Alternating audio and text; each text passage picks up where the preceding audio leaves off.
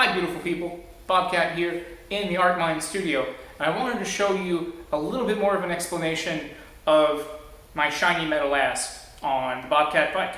I mentioned that a lot of this was cut to fit, which if you don't know what that means, it means instead of following a blueprint where you say you have this piece that's this long, this piece that's this long, and here's how they're connected.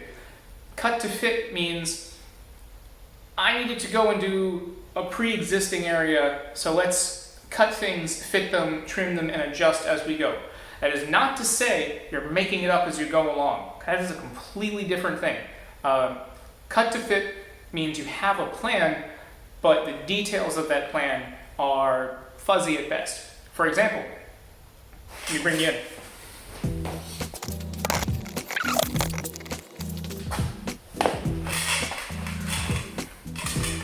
This is awkward. This is the OEM mounting bracket for the stock seat, which I've kept because I kind of like it, as uncomfortable as it is.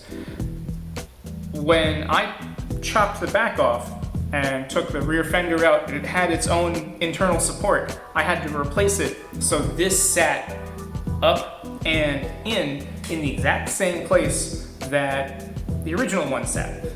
And when I said I had to cut to fit, I had to figure out what metal I needed to trim and weld together so that this sat right where I needed it to. These two little holes here are where it bolted down to the original fender support, which is obviously long gone. So originally, I just chopped up some metal, and I'm like, this is sort of close, but hear that? This is way too much play. It's not close enough, and shame on me, I didn't put enough forethought into how I was going to get this to fit this in this space. With the plasma rods, it was a little bit easier.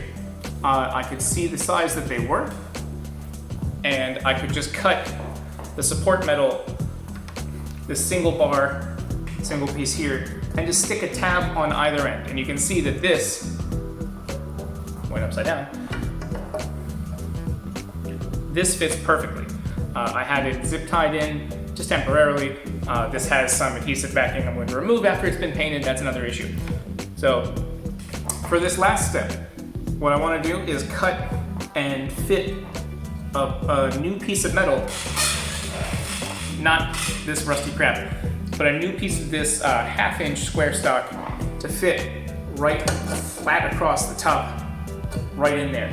I think it'll be a nice kind of reinforcement point for this back here to make this whole thing a little bit stronger.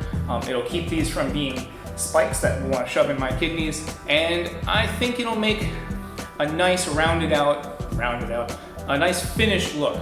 So how do you cut to fit on a motorcycle? How do you think I want to get something here, but without knowing here's how I cut it, here's how I fit it in? Something that I learned in my theater background was templates. Templates are awesome. Let me show you. I use templates all the time in my art. You may also hear them referred to as mock-ups, but I call them templates. These three little pieces of 1/4-inch, 1/8-inch, and 26-gauge steel with the blue tape. These template for my rose parts. Every rose comes out a little differently, but I make them the exact same way every time. That helps me standardize the process and speeds up production, lowers my labor cost, and helps me be consistent. So templates are really useful in that. When I'm laying out paintings, I don't know how you can see this. This says 8.5 by 11 at 1/2-inch scale.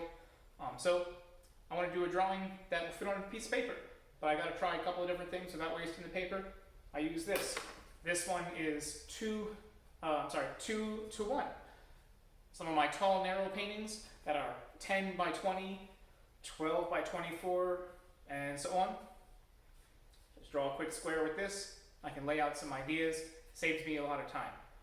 And for when I'm using, I'm mocking up sheet metal, I will use, I use matte board because I have a ton of it, but I really recommend heavier cardstock.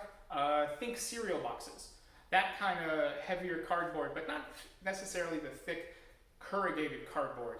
Because if you're messing around with sheet metal, it's going to be closer to this than like the thicker, chunkier corrugated metal or corrugated cardboard that you'll get on like a moving box or something like that. So think cereal box, that kind of cardstock. It's still flexible enough but nice and rigid. And this is the template that I've already drawn out to fit that. Let me show you another template.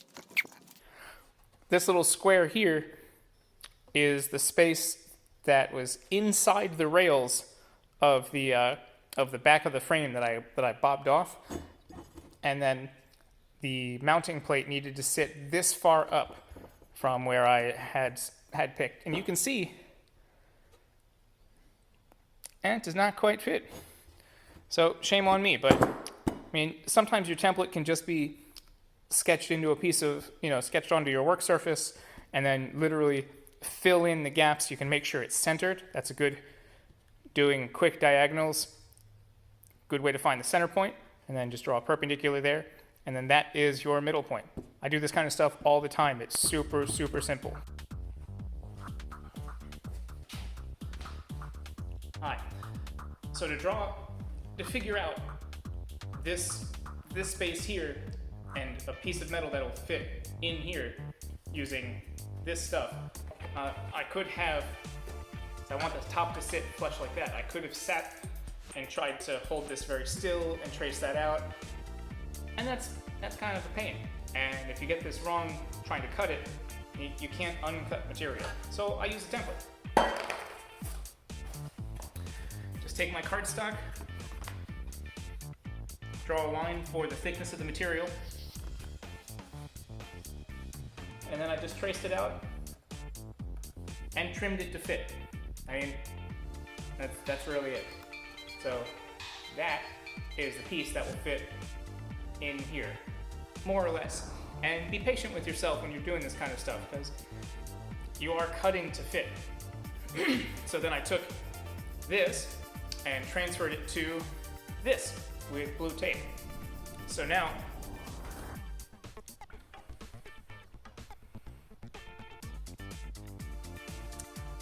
more or less,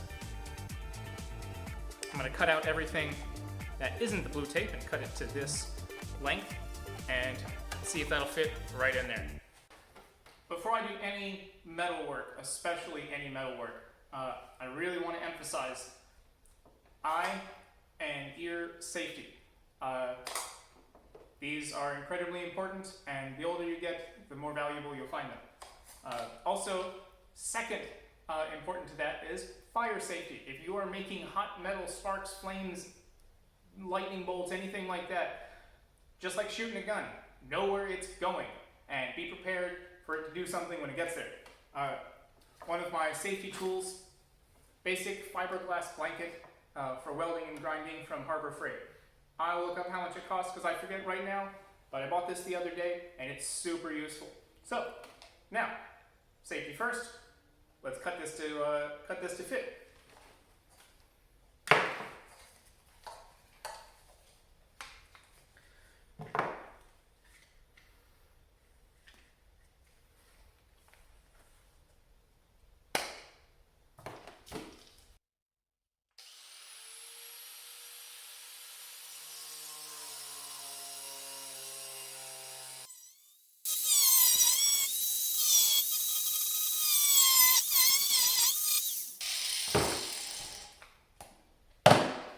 Once you've done a bit of cutting, you've made your first cut. That looks pretty good.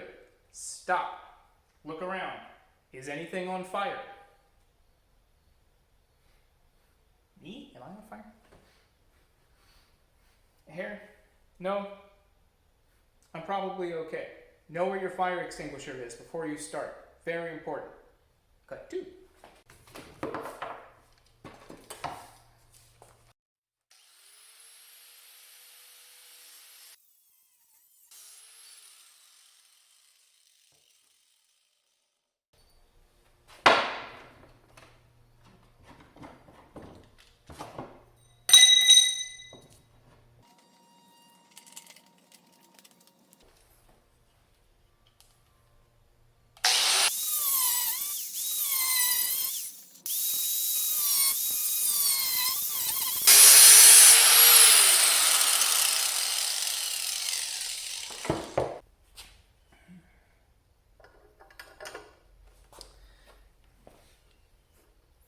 So,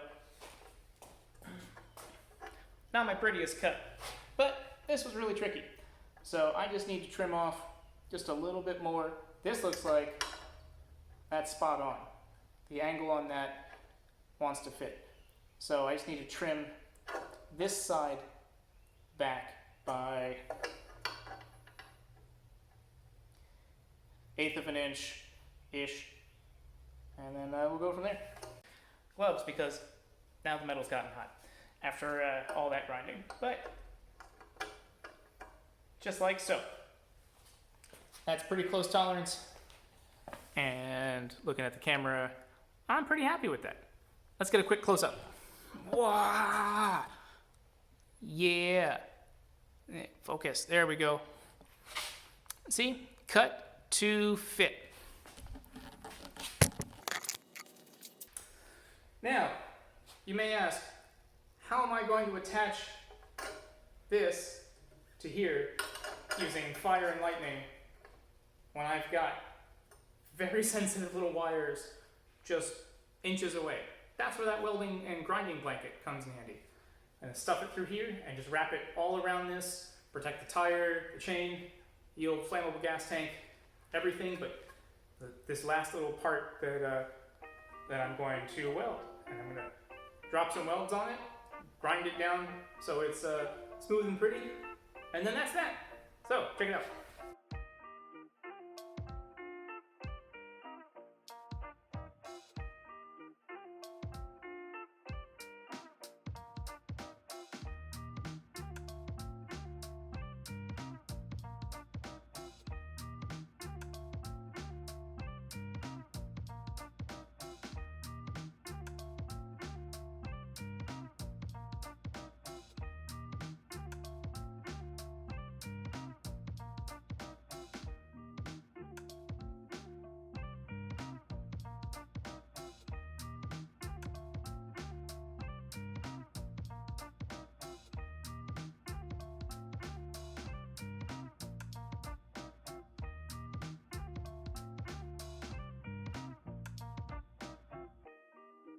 But if this brings you just a little closer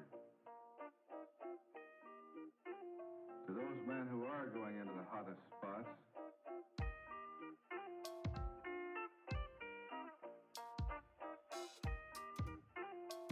I hope that it will help you to do a better job.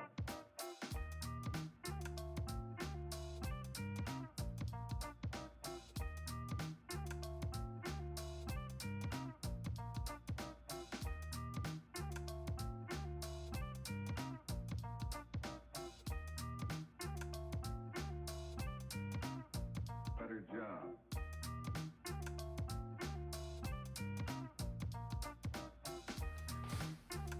Yeah, it's a little ugly, but I can pick up the bike with it. That's pretty sweet. That's just what I wanted. So here it is. Check this out. You can see that it is nicely capped off. This is solid. I can pick up the bike with this, and with the thickness of the plasma rods in place, it fills out these little tabs, so it looks like a nice solid look all the way around. But lessons learned, something I want to show you.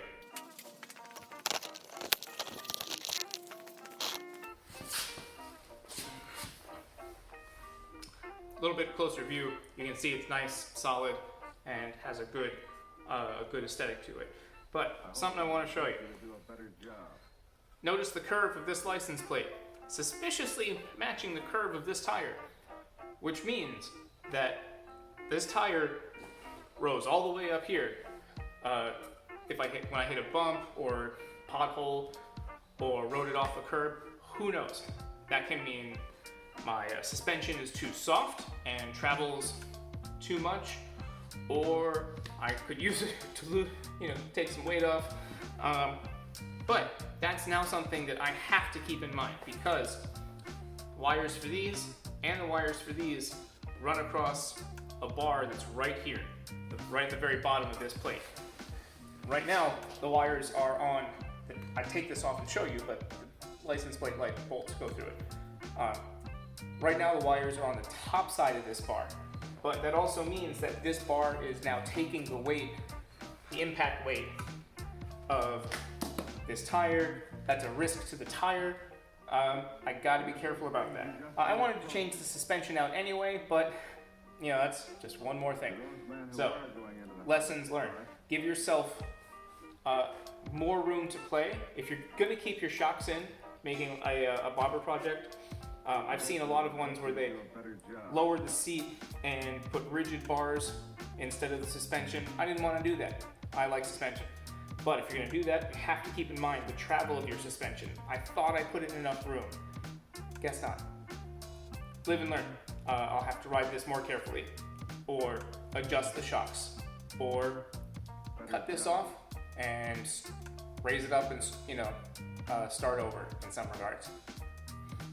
So it goes. That's a nice thing about having a welder and a grinder and a little bit of patience and time is I can adjust this, and might need a new license plate too while I'm at it.